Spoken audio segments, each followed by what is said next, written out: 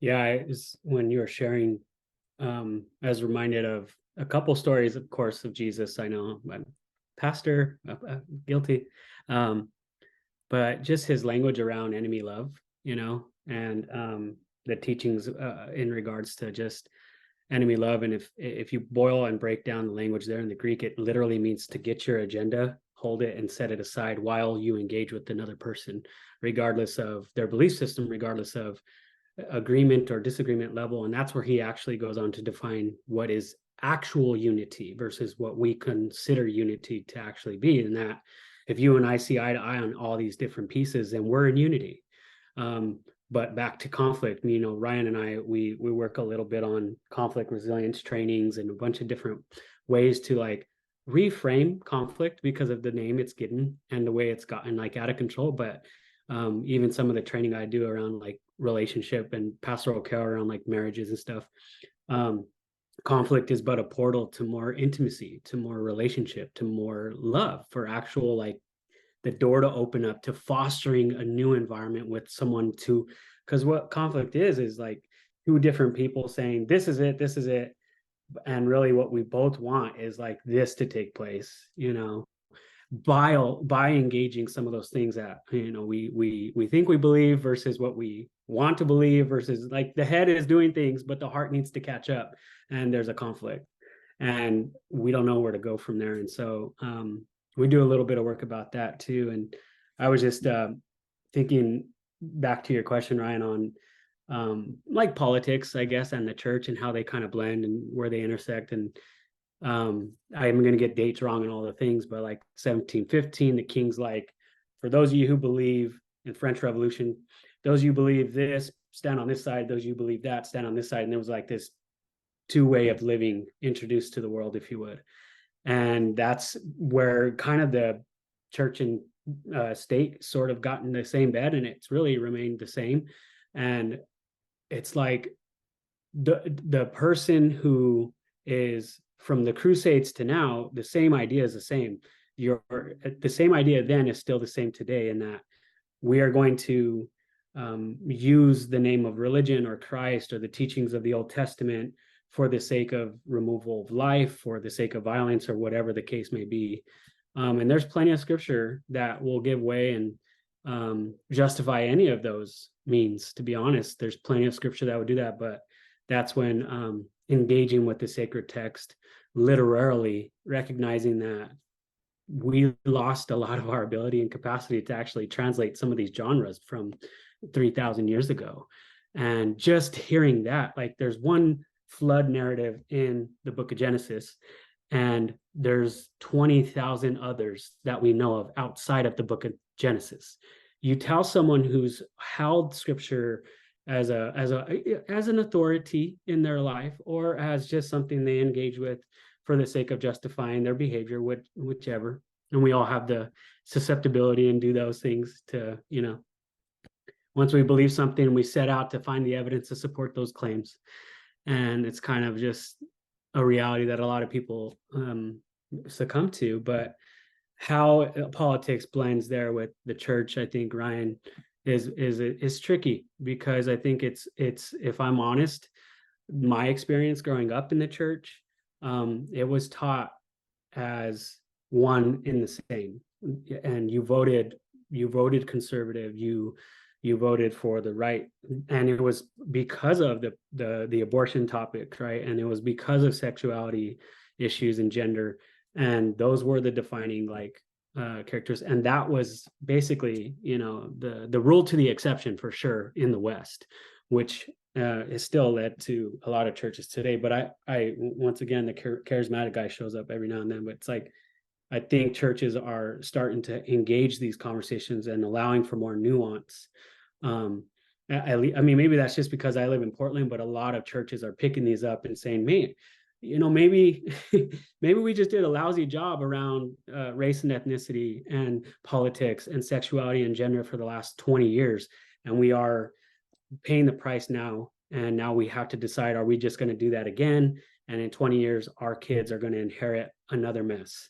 And so that's church specifically. So Well, you bring up the concept of love, and honestly, going back to Ryan's question, if church is not state, state is not church, but if you had more church people in the state who were driven by a love doctrine, I would be thrilled, right? Because what does it mean to love another, to love your enemy, right? Like, picture in your mind right now, your political enemy and how mad you are at whoever that person might be.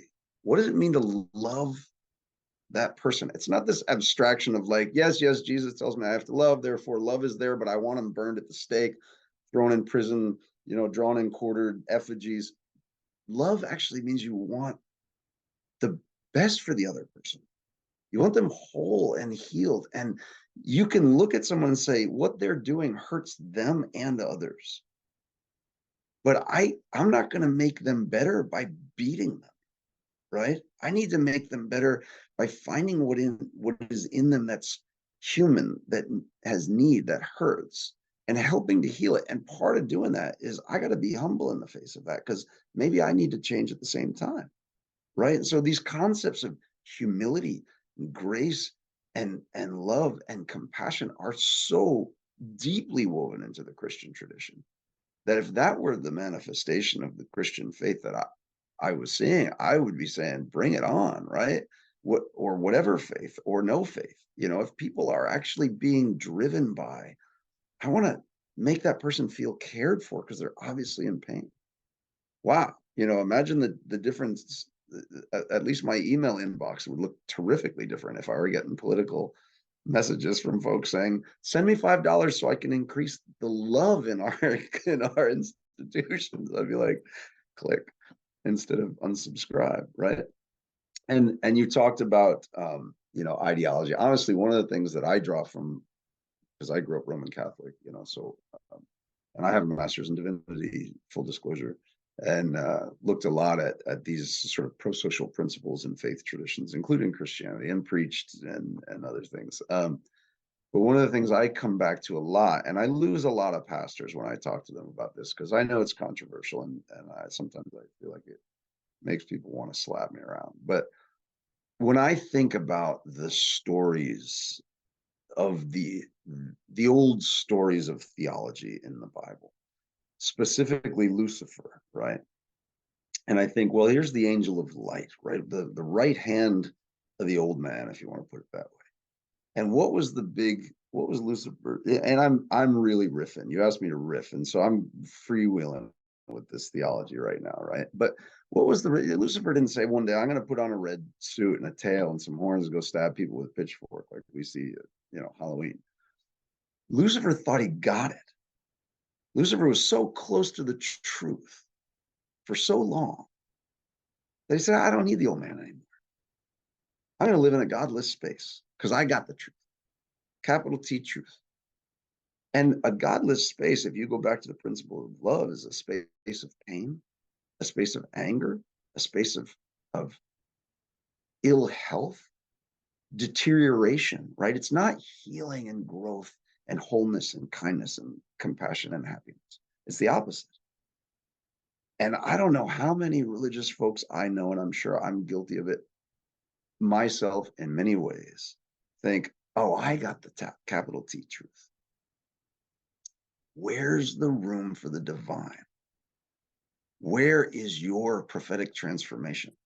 If you think you know it all, ain't that what Lucifer did? And now, sadly, without any openness for the eruption of the divine, as the Jesuit liberationists would call it, John Sobrino and others, there's no way for you to be influenced into the better self beyond human capacity, right? Because I think all faith doctrines agree humans are imperfect. That's something that we can all agree on, right? Because we are not the divine. So where's the room for the divine if you've cut it out? Where's the room for your growth? Where's the room for your improvement, which I think is the nature of divinity? Make things more whole, make things more healed. So if you've got the capital T truth in there, and you don't need to hear from the old man or woman or counsel or however you see your divinity, then you're committing, I think, one of the great blunders of theologically aware people. Oftentimes it's the people who have the best training and a lot of spiritual practice who fall victim to that. And I used to have this, again, I would, speaking with pastors about working with indigenous, I remember in Colombia telling a group of pastors, well, you all don't want to work with these guys, but they're trying to build peace just like you are. And they're like, yeah, well, first of all, we've looked at their faith, it's Satanism. To which, of course, I replied, they don't believe in Satan. So you're kind of off on the wrong track. They're not Satanists because that's not part of their cosmology. But I understand you think you have the right way to God. I get that. That's cool. And I'm cool with that. Through Jesus, through the Bible, through your faith, gets you to God. But now you're saying God only has one route back to humans. The same way you went up, he can come down. And you're saying God can't be functioning in these other folks. That's pretty theologically arrogant, right? We know how to get to you, but we're going to tell you what you can and can't do as God in the world. And, I'd lose half of these guys, and then the other half I knew I could work with, right? Because they come back and they'd be like, let's do this thing, right? Because maybe there is God there, right? And again, my Quakerism helps me a lot because we fundamentally believe that the light of the divine is in everything and everyone, right? So there's not only a way to engage it, there's a way to learn from it. But that requires humility and openness and to be in the process where that small, soft voice, you're available to it, right? But so many of us are screaming and yelling and stomping our feet so loud. I have a quote on my wall here that says, the voice of God is like dew, it never settles in a storm.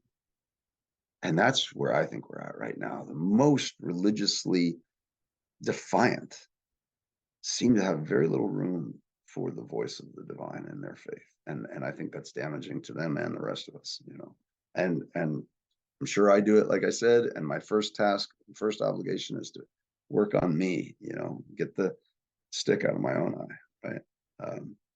So I'm not trying to tell anybody they should be doing anything, but I think that's a really important moment we're in right now that is really making religion not as powerful and beautiful as it could be for us as a society.